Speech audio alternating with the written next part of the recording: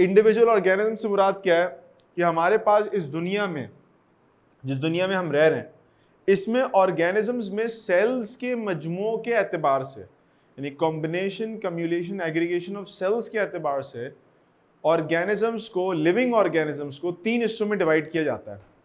पहला हिस्सा आपके पास है यूनिसेलुलर ऑर्गेनिजम्स का या यूनिसेलुलर ऑर्गेनाइजेशंस का, which are composed of cell organelles working together for a single cell, and that whole structure is composed of only one cell. दूसरी चीज हमारे पास कॉलोनियल ऑर्गेनाइजेशन है कि हमारे पास ऑर्गेनिजम्स जो हैं वो कॉलोनीज की बेसिस पे रहते हैं। सेल तो सिंगल होगा बट ऑर्गेनाइजेशंस होंगी on a colonial basis. Finally we have multicellular organisms, और वो मल्टीसेलुलर ऑर्गेनिजम्स वो होते हैं जो कि बहुत सारे सेल्स पर मुश्तमिल होते हैं। मेरे बच्चों, प्यारे बच्चों, इसके डिफरेंसेस समझ लेना जो मैं अभी बयान करने लगा हूं आपके सामने। Differences between, the major difference between a unicellular organisation, a colonial organisation and an multicellular organisation. अब सबसे पहले बात कर लेते हैं हम लोग कि आपके पास यूनिसेलुलर ऑर्गेनिजम्स क्या होते हैं। देखो मैंने नीचे वर्ड क्या लिखा है मेरे बच्चों, मैंने नीचे क्या सेंटेंस लिखा है, मैं लिखा all biological activities are carried out by a single cell. अगर हमारे पास कोई भी ऑर्गेनिज्म है, लेट्स से वो ऑर्गेनिज्म सिर्फ एक सेल पर मुश्तमिल है और एक सेल ही सारे कामों को कर रहा है, एक सेल ही सारे, from reproduction to vegetative metabolism like photosynthesis और like heterotrophic mode of nutrition है, तो उस तरह से। आज बेटा वालेकुम अस्सलाम।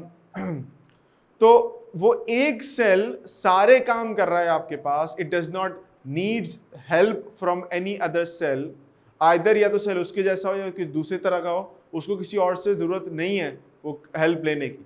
तो ऐसे स्ट्रक्चर को और ऐसे ऑर्गेनाइजेशन को हम लोग यूनिसेलुलर ऑर्गेनाइजेशन का नाम देते हैं। उमर बेटा वालेकुम अस्सलाम, कैसे हो भाई, सेट चल रहे हो तुम लोग? हम लोग यहाँ पर डिफरेंसेस देख रहे थे यूनिसेलुलर, कॉलोनियल और मल्टीसेलुलर ऑर्गेनाइजेशंस का। ओके, बात कर लेते हैं कॉलोनियल ऑर्गेनाइजेशन की। ना याद रखना मेरे बच्चों मेरी बात, एक तरफ यूनिसेलुलर, एक तरफ मल्टीसेलुलर, कॉलोनियल ऑर्गेनाइजेशन इन दोनों के बीच में एग्जिस्ट करते हैं।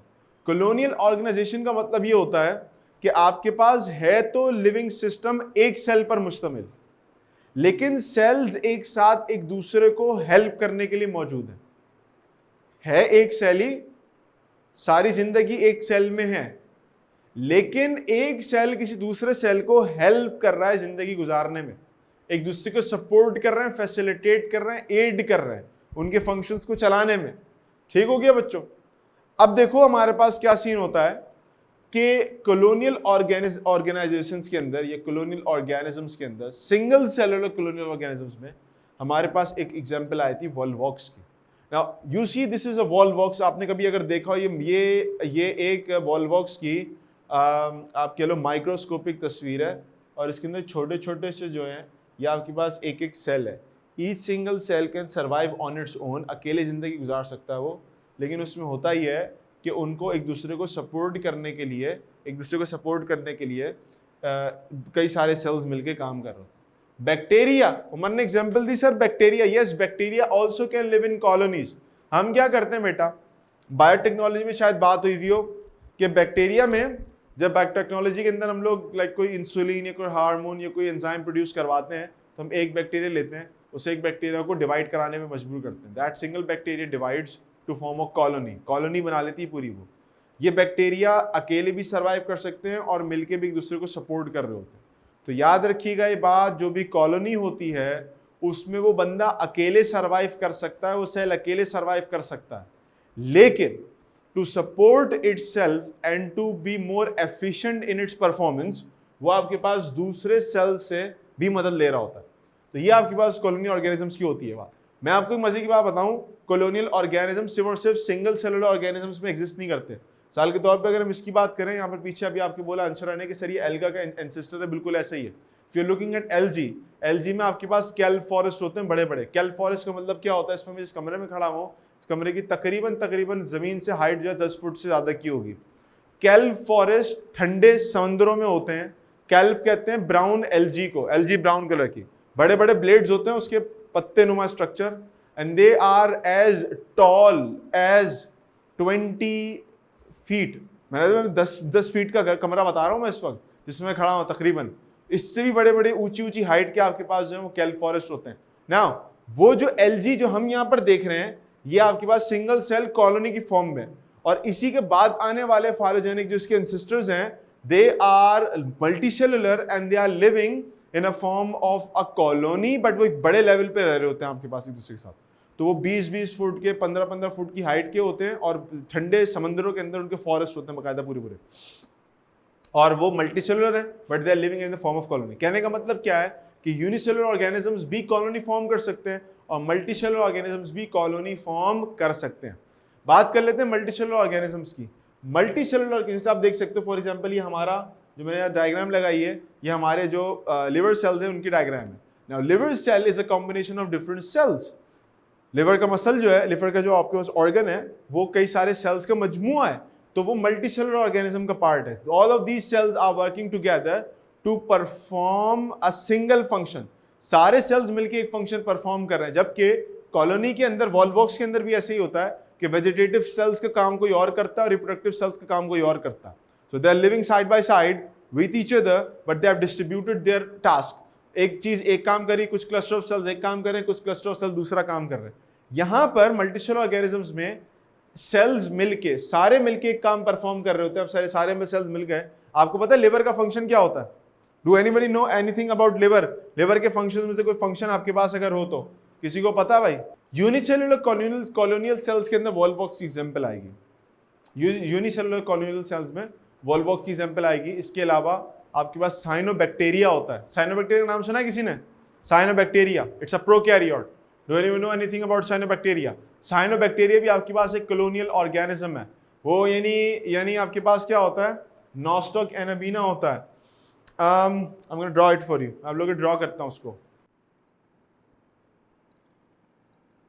अब ये साइनोबैक्टीरिया होता है, इतना लंबा सा ना आपके पास स्ट्रक्चर होता है, and every single one of this cell is an individual cell. तो वो आपके पास जो है ये ग्रुप कॉलोनी की फॉर्म में रहते हैं and they are a prokaryote. Bacteria की फैमिली से बिलोंग करते हैं। दे आर प्रोकैरियोट बैक्टीरिया की फैमिली से बिलोंग करते हैं। अंशरा कह रही है sir breakdown of poisonous substances and they filter like शायद ब्लड फिल्टर करते हैं, शायद ये ऊपर निकल गया comment. Okay, they filter blood. Okay good. यहाँ पर होता है, ये देखो ये हार्ट है ना, यहाँ पर इस साइड पे यहाँ पर हार्ट है, यहाँ पर लंग्स है आपके पास, यहाँ पर आपके पास इस जगह पर ये डायफ्राम होती है, यहाँ पर डायफ्राम, ये डायफ्राम होता है। आप लोगों ने गैस एक्सचेंज में पढ़ेंगे, जाके भी पढ़ा नहीं होगा। ये ऊपर और नीचे होती है, इसके नतीजे में लंग्स को जगह मिलती है फटने की। नीचे तो इंटेस्टीन होते हैं आपके पास, लार्ज इंटेस्टाइन स्मॉल इंटेस्टाइन, लेकिन यहाँ पर इस पोर्शन में एक तरफ आपके पास यहाँ स्टमक होता है और इस तरफ यहाँ पर आपके पास लिवर होता है, पूरे पीछे फैला हुआ होता है। यहाँ होता है लिवर और स्टमक दोनों एक साथ। जो हार्ट बर्न्स होते हैं ना, आपको जब ज़्यादा कोई तेज़ाबी बिरयानी खा लेते हैं या शादी में अपना पेट समझे बगैर जो खाना शुरू कर देते हैं, all you can eat buffet समझ के, तो उसके बाद जो हार्ट बर्न्स होते हैं that is because of the stomach यहाँ होता है बिल्कुल सीने पे, यहाँ इस जगह पे, और इसी के साथ लगा होता है आपके पास लिवर। लिवर का फंक्शन क्या होता है? Liver is responsible for detoxification. अगर मैं सही टर्म इस्तेमाल करूं तो सही टर्म आपके पास होती है डिटॉक्सिफिकेशन।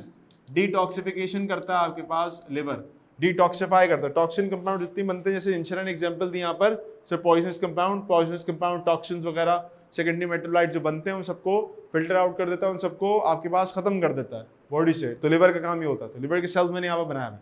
अब लिवर डिटॉक्सिफिकेशन का काम कर रहा है, तो all these cells are performing the same function ताकि आपके पास हेल्प कर सके।